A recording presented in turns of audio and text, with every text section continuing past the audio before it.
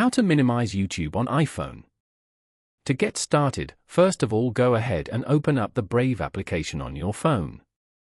Once you're here, tap on the YouTube icon as shown. You are now in the YouTube homepage.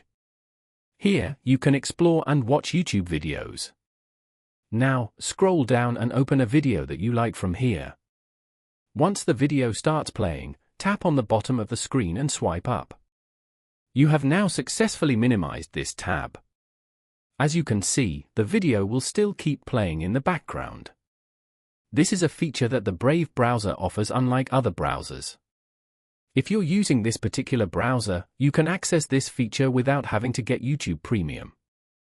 Following these steps, you can easily minimize YouTube on iPhone.